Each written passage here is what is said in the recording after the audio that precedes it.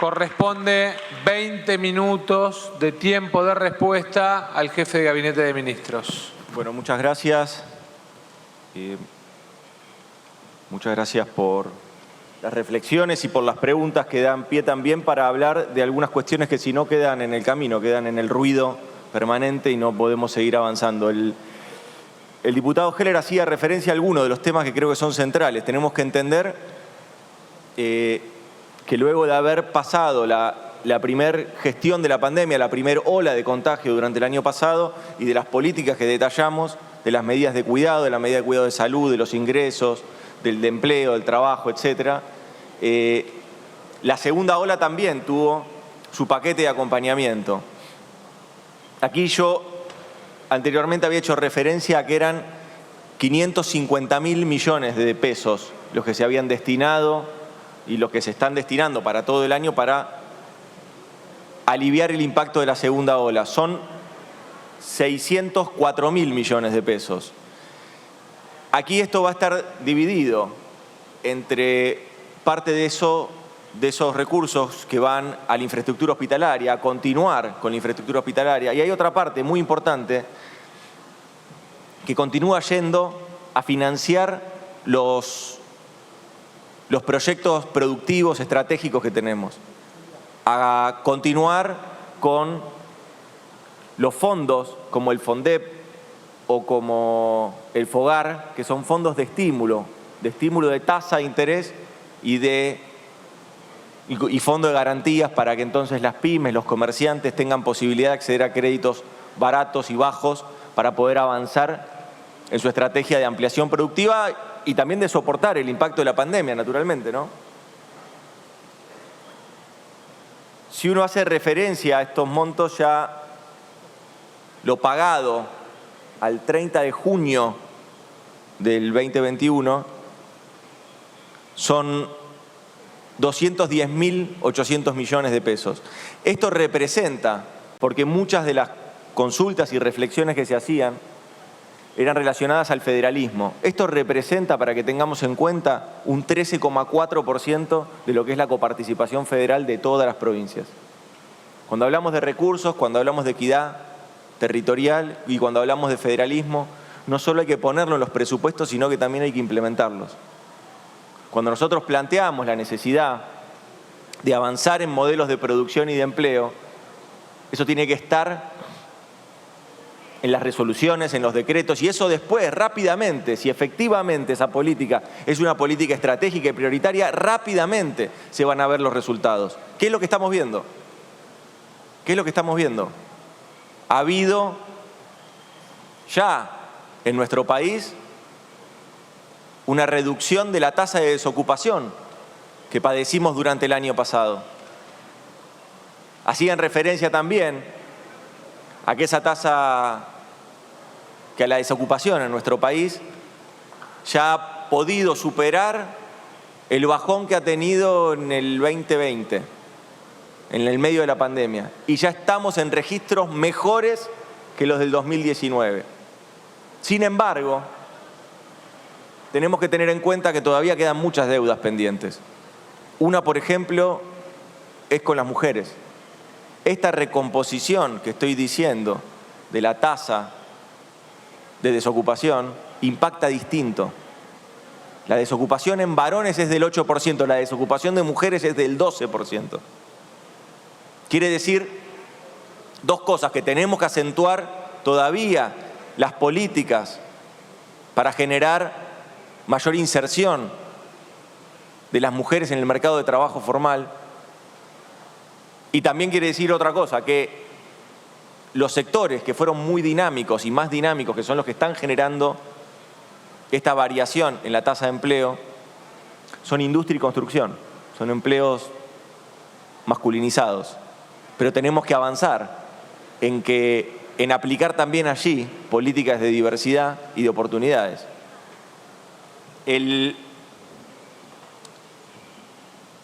Cuando hablamos de los presupuestos educativos, tenemos que tener presente que el presupuesto, el diputado Heller hacía referencia, el presupuesto nacional del 2016, aplicado al Ministerio de Educación, era de 1,6% del PBI.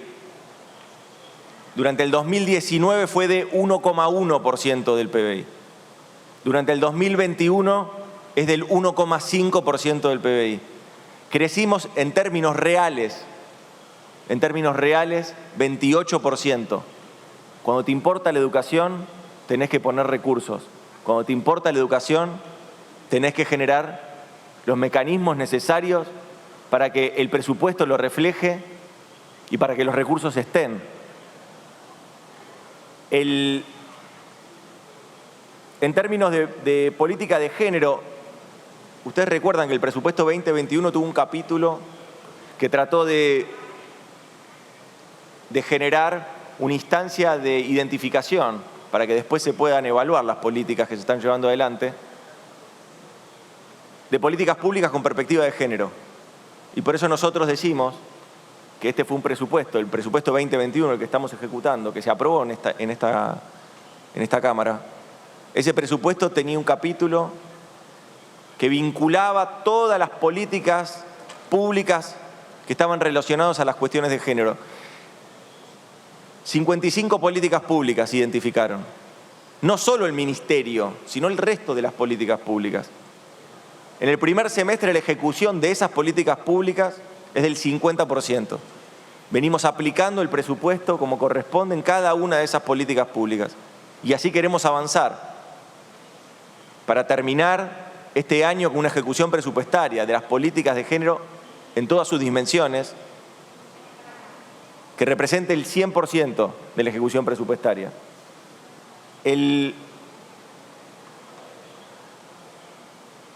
Solamente me parece necesario insistir con la necesidad del trabajo conjunto, con la necesidad del trabajo colectivo para encontrar soluciones a problemas estructurales.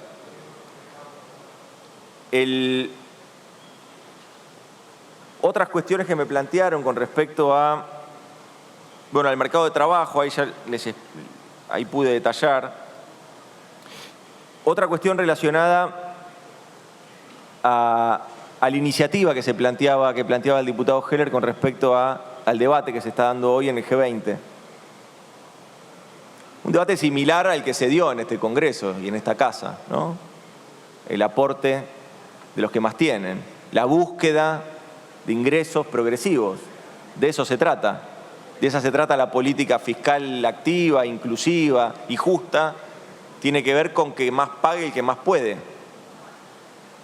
La Argentina apoya la iniciativa que se está llevando adelante en el G20. Se trata de una iniciativa que tiene un sentido correcto para nosotros, fundamentalmente porque nosotros hicimos algo similar, tuvimos la misma óptica. Todavía no hay una estimación de cuál puede ser el impacto de aprobarse esto, cuál puede ser el impacto a nivel país. Todavía eso está en una instancia de debate, pero qué sano que es ese debate. Qué sano es el debate cuando el presidente en el G20 el año pasado planteaba la necesidad de que el acceso y la accesibilidad a las vacunas tenga una mirada solidaria, tenga una mirada global y solidaria.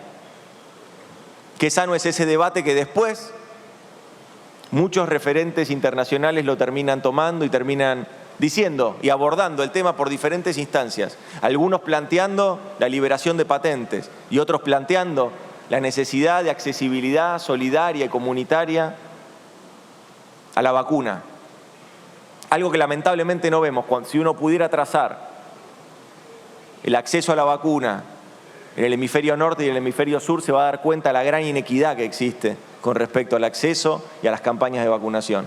Por eso, en ese sentido, la Argentina viene haciendo una tarea excepcional. No solo en su campaña de vacunación, sino que también la Argentina es parte de un proyecto que distribuye vacunas equitativamente en todo el territorio latinoamericano. Y esas vacunas las hacen los científicos, las científicas, los tecnólogos, las tecnólogas de nuestra tierra, los que se formaron en las universidades públicas, los que se formaron acá en nuestro país. Ellos son los que están desarrollando esos proyectos. Cuando hablamos de agradecimiento, como siempre decimos, el agradecimiento al personal médico, el agradecimiento a los médicos y médicas, a los héroes y heroínas de nuestro tiempo. Ellos son los que están llevando adelante todas las políticas de cuidado que hacen que ningún argentino ni argentina hoy esté carente de una atención médica. Eso es esencial, eso es esencial. Esa tarea y ese trabajo es la tarea y el trabajo al que le tenemos que rendir homenaje diariamente. Hombres y mujeres luchando en las terapias intensivas, hombres y mujeres arriesgando su vida en las terapias intensivas para salvar la vida del otro. Esa es la Argentina que no permite que se le pise la autoestima. Esa es la Argentina que quiere ver un proyecto de país que renazca luego de este golpe que nos pegó la pandemia. Cuando todo pase, vamos a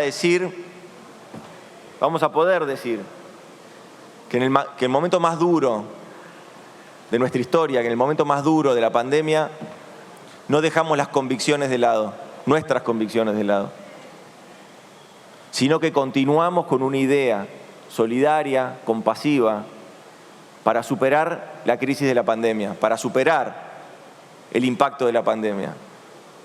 Que fuimos capaces de generar un sistema de salud que no estaba y que dio respuesta a los argentinos y argentinas, que fuimos capaces de traer vacunas y distribuirlas en todo el territorio nacional, en un país de la extensión, en un país que tiene la extensión del 8º país más extenso del mundo.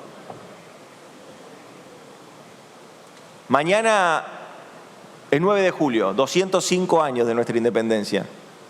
Hoy más que nunca la Argentina sigue debatiéndose. Hoy más que nunca nosotros, el gobierno, sigue insistiendo y va a seguir insistiendo con sus políticas públicas, con sus herramientas, diseñando las que todavía no se diseñaron y tratando de llegar allí a cada argentino y argentina. Hoy más que nunca los ideales de soberanía y de igualdad tienen que estar presentes. Hoy más que nunca tenemos que poder soñar que vamos a recuperar la vida que queremos, que vamos a volver a recuperar esa vida que queremos. Muchas gracias. Gracias, señor licenciado Santiago Cafiero.